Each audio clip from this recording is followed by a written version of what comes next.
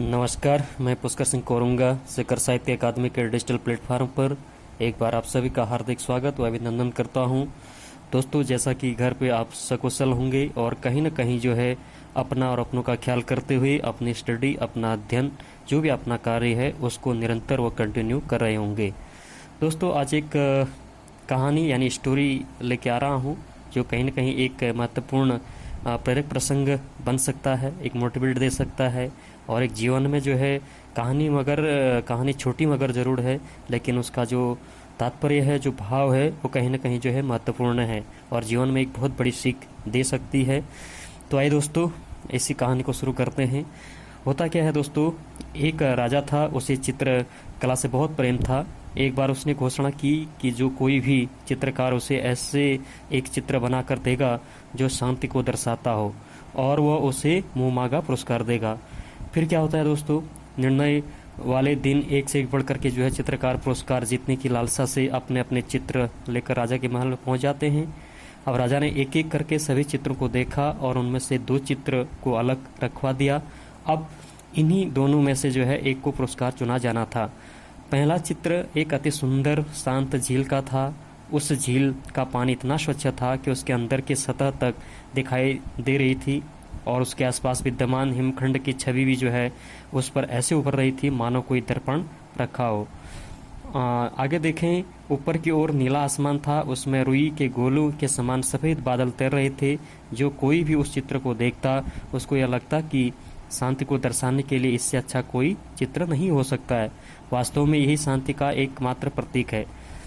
और दूसरा चित्र में पहाड़ थे, परंतु वे बिल्कुल सूखे, बेजान, वीरान थे और इन पहाड़ों के ऊपर घने गरजते बादल थे जिनमें बिजलियां चमक रही थी। दोस्तों, घनघोर वर्षा होने से नदी उफान पर थी। तेज हवाओं में जो है पेड़ हिल रहे थे और पहाड़ी के एक ओर स्थित झरने ने रौद्र रूप धारण कर रखा था। जो कोई भी इस चित्र को देखता यही सोचता कि भला इसकी शांति से क्या लेना देना, इसमें तो बस अशांति ही अशांति है। देखा जाए दोस्तों, सभी आश्वस्त थे कि पहले चित्र बनाने वाले चित्रकार को ही पुरस्कार मिलेगा। तभी राजा अपने सिंहासन से उठे और घोषणा की कि दूसरा चित्र बनाने वाले चित्रकार को वह मुँह मांगा पुरस्कार देंगे। और कोई आश्चर्य भी मतलब देखा जाए तो हर कोई आश्चर्य में था। पहले चित्रकार से रहा नहीं गया, वो बोला, लेकिन महाराज उस चित्र में ऐसा क्या है जो आपने उसे पुरस्कार देने का फैसला लिया, जबकि हर कोई यह कह रहा है कि मेरा चित्र ही शांति को दर्शाने का सर्वश्रेष्ठ है। तो क्या हुआ, आओ राजा जो है आओ मेरे साथ बोलता है। और राजा ने पहले चित्रकार को अपने साथ चलने के लिए कहा और दूसरे चित्र के समक्ष पहुंचकर राजा बोले, झरने के बाईं ओर हवा से एक ओर झुके इस वृक्ष को देखो, उसकी डाली पर बने उस घोंसले को देखो, कैसे एक चिड़िया इतनी कोमलता से, इतने शांत भाव व प्रेम पूर्वक अपने बच्चों को भोजन करा रही है। फिर राजा ने वहाँ उपस्थित सभी लोगों को समझाया, शांति होने का अर्थ यह नहीं है कि एक ऐसी स्थिति में जहाँ कोई शोर नहीं हो, कोई समस्या न हो, जहाँ कड़ी मेहनत नहीं हो, जहाँ आपकी परीक्षा नहीं हो। शांत होने का सही अर्थ है कि आप हर तरह की अव्यवस्था और अशांति, अराजकता के बीच हों और फिर भी आप शांत रहें, अपने काम पर केंद्रित रहें और अपने लक्ष्य की ओर अग्रसर रहें।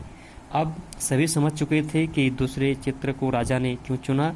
और देखा जाए दोस्तों, तो इससे ये सीख मिलती है, ये शिक्षा मिलती है कि हर कोई अपने जीवन में शांति चाहता है, परंतु प्राय जो है हम शांति को कोई बाहरी वस्तु समझ लेते हैं और उसे दूरस्थ स्थलों में ढूंढने लगते हैं, जबकि शांति पूरी तरह से हमारे मन के भीतर की चेतना है।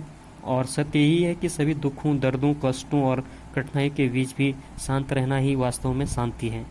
तो दोस्तों, कैसा लगा ज़रूर बताइए और आप लोग का बहुत बहुत धन्यवाद। अंत में यही कहना चाहूँगा कि सदैव प्रसन्न रहिए, जो प्राप्त है पर्याप्त है, जिसका मन मस्त है उसके पास समस्त है। थैंक यू, धन्यवाद।